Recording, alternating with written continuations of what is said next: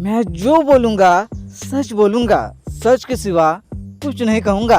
तो हाँ, मुझे ऑर्गेज़म नहीं आया। जी हाँ, वॉर 2 का ट्रेलर मुझे संतुष्टि देने में नाकामयाब हुआ। लेकिन ऐसा भी नहीं है कि इस ट्रेलर ने मुझे पूरी तरह से डिसअपॉइंट कर दिया हो। मैं खुश हूँ ऋतिक के लिए। ये आदमी सिर्फ औरतों का ही क्रश नहीं है। इस आदमी को देखने के बाद मर्द भी अपना जेंडर भूल जाता है। जैसे चुप पगलू मर्द गाना गाते हैं, मेरे सपनों की रानी कब आएगी तू, वैसे ही ऋतिक को चाहने वाले यानी कि हम जैसे लट पगलू गाते हैं, मेरे सपनों का राजा कब आएगा तू, मेरे अंदर की खाज कब मिटाएगा तू, चले आ तू चले आ। और हाँ, किसी ने कहा भी है कि किसी चीज को अगर पूरे हवस और ठरक से चाहो तो पूरी कायनात उससे मिलाने में लग जाती है। कभी ना कभी हर मर्द ने यह सपना तो देखा ही होगा कि अगर ऋतिक मुझे मिला होता तो आज मैं उसके साथ घोड़ा घोड़ा खेल रहा होता। खैर चलो, वो सपना तो सपने में भी पूरा नहीं हो सकता, लेकिन ऋतिक को हम 5 साल में एक बार बड़े पर्दे पर देखे, वो भी हमारे लिए किसी सपने से कम नहीं है। तो हाँ, मैं शुक्रिया कहना चाहूँगा यशराज फिल्म वालों का। मैं शुक्रगुजार रहूँगा आयान मुखर्जी का। मतलब कि आयान मुखर्जी तुसी ग्रेट हो। आपने क्या ही नजाकत तरीके से ऋतिक को प्रेजेंट किया है। जितनी नजाकत से हीरोइन की खूबसूरती को दिखाया नहीं जाता, उतनी नजाकत से ऋतिक के बॉडी पार्ट को दिखाया गया है। फिर चाहे उसकी वो मोती बिंदु जैसी आंखें हो, उसके वो सुनहरे बाल हो, फिर उसके वो चिकन लेग पीस जैसे बाइसेप्स, फिर उसकी वो कछुए जैसी चाल। मतलब कि डायरेक्टर को पता है कि मर्दों को क्या पसंद है। मतलब कि शुरुआत से ही ऋतिक के बॉडी पार्ट्स का कुछ ज्यादा इस्तेमाल किया जा रहा है और ये ऋतिक भी जानता है। अब ऋतिक भी कह सकता है कि माँ, मेरी शक्तियों का सही इस्तेमाल हो रहा है। कसम से जब ऋतिक वो अश्लील बाइसेप दिखाते हुए एंट्री होती है तो मैंने तालियां नहीं मारी, बल्कि मैंने मेरी शक्तियों का गलत इस्तेमाल किया गया माँ। ये दुनिया बहुत खराब है माँ। मानना पड़ेगा कि बंदे की उम्र हो गई पर जवानी नहीं गई। मेरा बस कुंवारे मर्दों के लिए एक सवाल है, एक तरफ ये और दूसरी तरफ ये। अब सच बताना, किसको देखकर आपके मुंह से पानी टपका? जो झूठ बोलेगा उसका दाहिना नींबू मीठा होगा। ये भगवान क्या जुल्म है।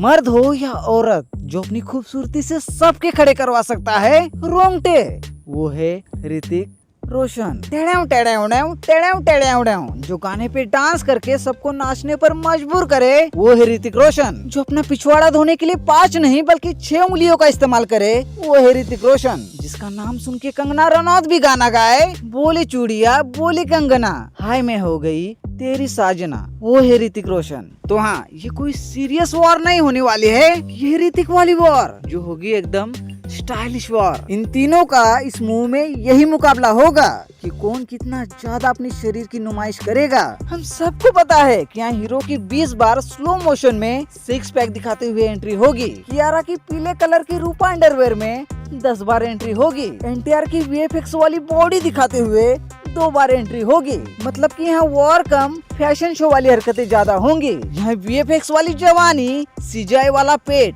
और वैक्सीन किए हुए बाइसेप्स के अलावा और कुछ नहीं होगा। इनके वीएफएक्स सीजीआई को ध्यान से देखने पर ऐसा लगता है जैसे इनका वीएफएक्स सीजीआई सिर्फ कियारा के कूलों पर ही खर्च हुआ है। मूवी कैसी होगी, मूवी में क्या क्या होगा, ट्रेलर से साफ पता चलता है। यहाँ आपको बस एक ही चीज समझ नहीं आएगी कि इस वॉर का कारण क्या होगा। क्या ये दोनों एक लड़की के लिए वॉर करेंगे या देश को बचाने के लिए, या फिर ऐसे ही सेक्सी लगने के लिए? फिलहाल मुझे तो तीसरा ऑप्शन ही सही लगता है। बाकी की कहानी कैसी होगी आपको तो पता ही है। हीरोइन बिकनी पहन के पहले तो ऋतिक को उत्तेजित करेगी, फिर पूरे कपड़े पहन के ऋतिक को धोखा देगी, फिर ब्रेकअप के गम में ऋतिक गाना गाएगा कि ओ मेरी कियारा तेरी पीली चड्डी देखकर हुआ था मैं कावरा बावरा, तेरे लिए लेना चाहता था मैं लहंगा लेकिन दे गई तू मुझे ठेंगा। फिर बीच में ये मूवी एक ट्विस्ट फेंक कर मारेगी। ये जो कियारा होगी वो एनटीआर की बहन निकलेगी और ये एनटीआर ऋतिक के मामा का भतीजा निकलेगा। फिर ये तीनों गले मिलेंगे और गाना गाएंगे, हम साथ साथ हैं,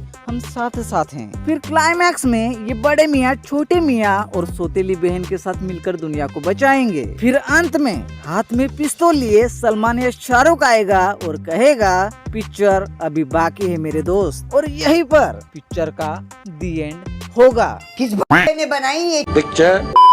यहाँ स्त्री यूनिवर्स का भेड़िया कबीर सिंह की प्रीति, माउंटेन ड्यू डर के आगे जीत वाला ऋतिक और देवरा का तीसरा बच्चा सीनियर एनटीआर मिलाकर बन गया इनका स्पाई यूनिवर्स। इनका ये स्पाई यूनिवर्स कुछ ऐसा है कि जब तक हीरो विलन की लड़ाई चल रही होती है तब तक इनका स्पाई यूनिवर्स सही चल रहा होता है, लेकिन जैसे ही कैमरा हीरोइन पे आता है इनके स्पाई यूनिवर्स का स्पाई यूनिवर्स बन जाता है। माना कि ये मूवी देशभक्ति के आधारित होगी, लेकिन इस मूवी में देशभक्ति उतनी ही होगी जितनी एक बेरोजगार इंसान की सैलरी, मतलब कि 0। इसमें कोई शक नहीं है कि ये मूवी पक्का हगने वाली है। बस देखना यह होगा कि ये किस तरह हगेगी। मैं मानता हूँ हगना कोई बुरी बात नहीं है, मैं तो कहता हूँ आप हगो, जी भर के हगो, लेकिन हम ऑडियंस पर बस एक ही एहसान करना, कुछ भी बकचोदी करना, बस पाकिस्तान से सस्ता विलन मत लाना। चाहे तो विलन बोरीवली का KRK भी चलेगा, लेकिन प्लीज अब पाकिस्तान से सस्ते विलन इंपोर्ट एक्सपोर्ट करना बंद करो। और देखना ये मूवी कितने भी क्यों ना हगे फिर भी लोग सह लेंगे, क्योंकि प्यार और वॉर में सब कुछ जायज है। फिर चाहे वो फटी हुई बिकनी ही क्यों ना हो, नकली दिखने वाला VFX ही क्यों ना हो, वही घिसी पिटी नकली देशभक्ति ही क्यों ना हो, फिर भी लोग इस वॉर में शामिल होंगे और ऋतिक के एंट्री पर कवले मर्द अपने कपड़े भी फाड़ेंगे।